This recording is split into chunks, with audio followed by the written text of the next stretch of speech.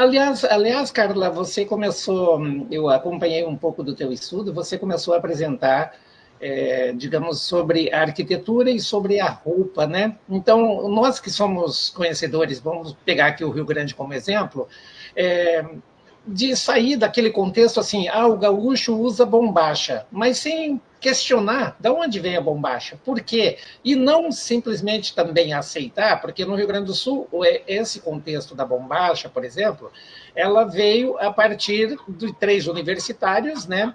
O Simões, o Barbosa Lessa e o Paixão Cortes, que eram universitários, eram do campo, aí foram para a universidade em Porto Alegre, e ali começaram a traçar formas culturais, né, do gaúcho, lá do interior, e trazer para a cidade. Então, ali se começou um processo de aculturação. Agora, você fez uma pesquisa legal fazendo todo esse comparativo.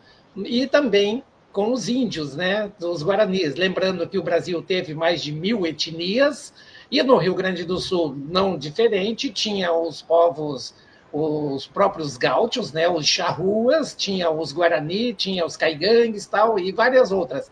Porém, a que mais marcou foram os charruas e os guaranis através das missões, que é tido depois colocado na história a partir da descoberta do Brasil, né? Então, se você quiser entrar nesse assunto já diretamente ali, eu acho bastante interessante esse teu estudo. Então, nesse sentido, eu comecei a pesquisar também as obras de arte que me chamam muita atenção no princípio, foram as obras do Leonardo da Vinci. E aí, depois, eu comecei a encontrar outros autores e pesquisar sobre grandes personagens da história do nosso passado, como o rei Salomão, como Dário o Grande, como Alexandre o Grande. Salomão também era considerado o Grande. Então, pelas minhas pesquisas, todos eles possuíam uma estrutura maior, tinham um corpo maior do que o nosso, eles eram gigantes. Não era apenas o grande com um significado mensurável, assim, era literalmente grande, eles eram grandes, né, em relação aos outros. Tanto que eu encontrei em um museu, pesquisem nos museus, quem tem interesse, tem muita informação. No museu em São Miguel de Tucumã, na Argentina, existem estátuas onde tem a face do rei, que aparentemente é o rei Salomão, né? Um tamanho muito maior que os outros.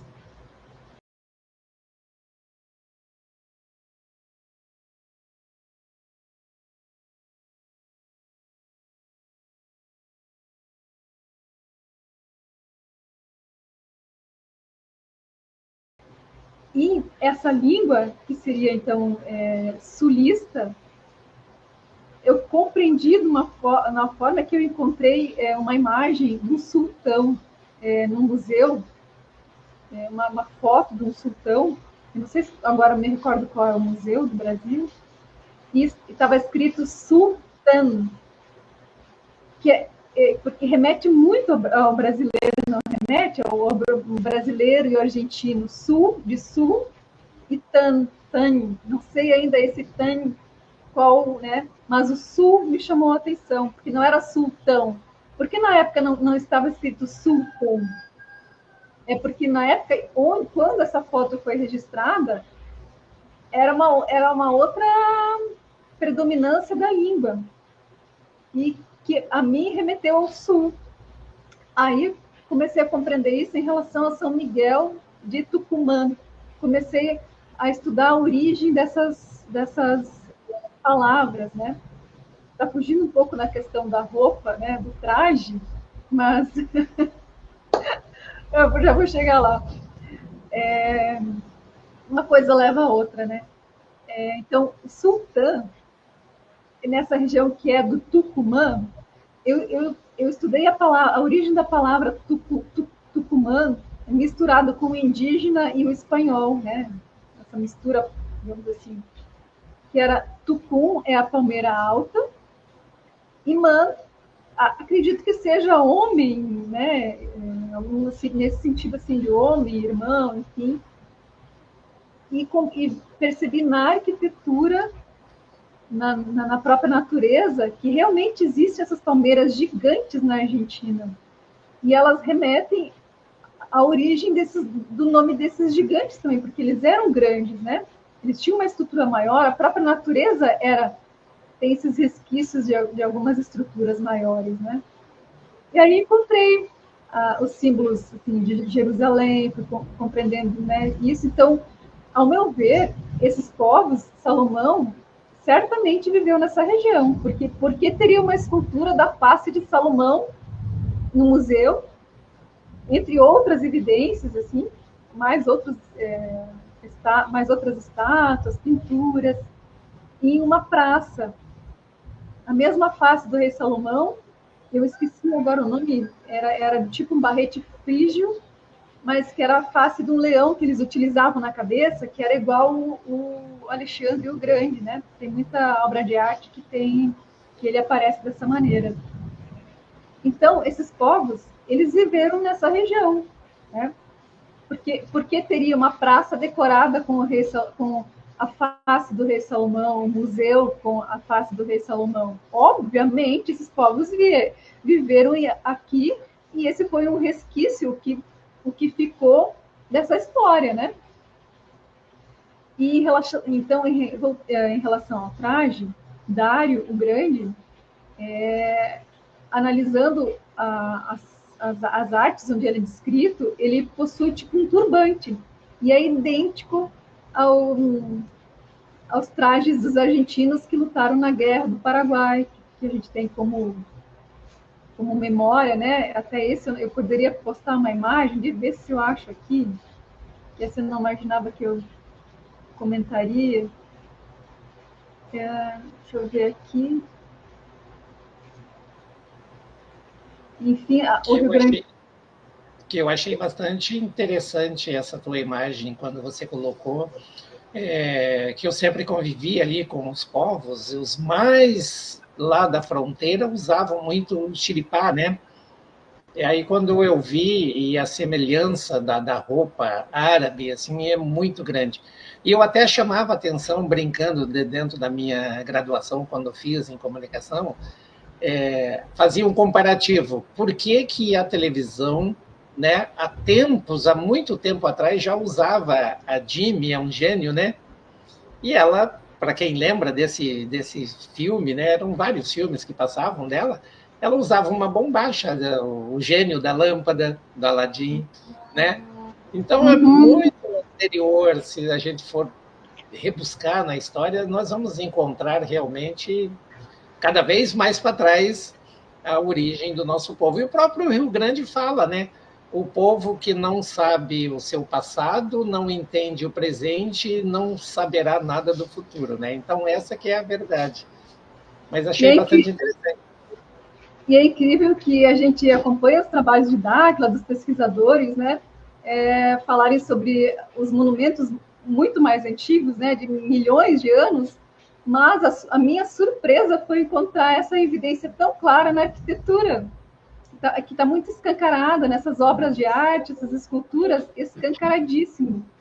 Então, cabe uma reflexão: há quanto tempo essas obras estão aí, essas edificações, né? Eu até compartilhei contigo, Pio, se puder abrir, por favor, o arquivo Origens, mostra um pouquinho dessas vestimentas. De qual? Do primeiro arquivo? Origens, está escrito Origens, o último. De qual? Origens. Origens. Deixa eu ver qual que é.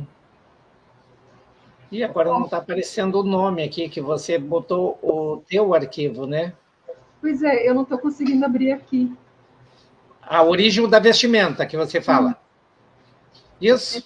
Isso, é Origem o nome do arquivo. Isso. Isso. Então, gente, olha se não parece um otomano, aqueles otomanos, né? É outra coisa que eu acho também, que com certeza a origem é aqui. Se o tucumanos é a origem aqui, otomanos também é a origem daqui, muçulmanos também, mas era Manos. Manos é uma origem argentina, né? Sul também tem essa coisa latina, né? E Mu, acredito que seja mais os povos originários, né? Então, essa mistura dos nomes antigos tem muito relação a isso, né? Do meu ponto de vista. Então, Sim. equipagem, principalmente essa parte da cabeça, né? Remete muito aos otomanos, né? Aqueles trajes assim que a gente via na neve, né? Uhum. E essa a nossa bombacha, não é? Sim, com certeza. E para quem não conhece, a bombacha do gaúcho tem vários tipos, né? Essa daí, ela é parecida com a bombacha missioneira, que é mais larga embaixo, né? Que é para poder para lida de campo, né? E depois tem as outras mais apertadas. Essa daí também é interessante. Então, essa é idêntica a uma pintura que tem do Dário. Era muito semelhante a esse turbante. Então, esses turbantes, é um turbante, óbvio que remete a muçulmanos, não é? Sim. Bem curioso. E esse, então, é o legítimo persa, não é? O que a gente vê dos persas, no passado, pelo menos, né? E o xiripá, né? Mas os persas, eles usavam muito Sim, essa roupa sobreposta, né, sobre a calça. sim. É isso, pelo menos, que a gente vê nas imagens assim da história, né, dos persas. Então, todos esses povos, eles habitavam essa mesma região que era no Brasil. Fantástico. Então, aqui, um pouco diferente também, que é o que você comentou, que agora eu esqueci o nome, como é que chama?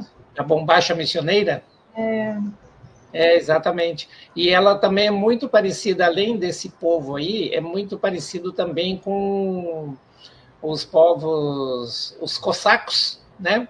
Os cossacos, que eu dancei no folclore aqui em Curitiba, e tinha eles que eu achava lindo, né?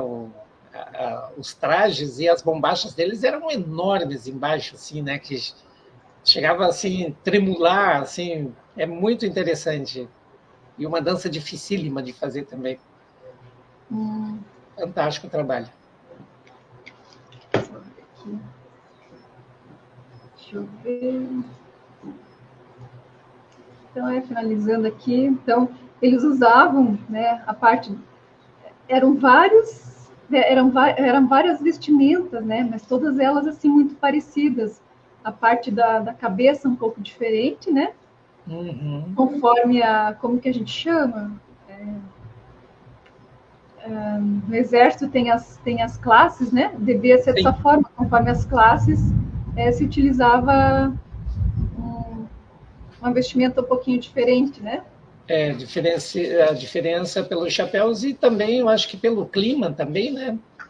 De acordo com o clima, também tinha... Mas a diferença no capacete era o capacete, né? Que hoje é capacete, mas eram bastante grandes. E esse mais atual aqui, né? Pra gente, né? Um pouco mais atual, digamos assim, que é o que a gente vê mais nos campos, né? Sim. Aquele boleadeira que chama, aquele negocinho que fica para pegar o gado, né? É uma corda tripla amarrada com uma bola na ponta, então seriam 3 bolas, né? E eles rodavam na mão, né? Bolhadeira o nome, rodava no animal na corrida e eles lançavam na perna aquelas bolas, amarravam a perna do animal, é onde eles falavam que dava o pealo no bicho para poder dominar.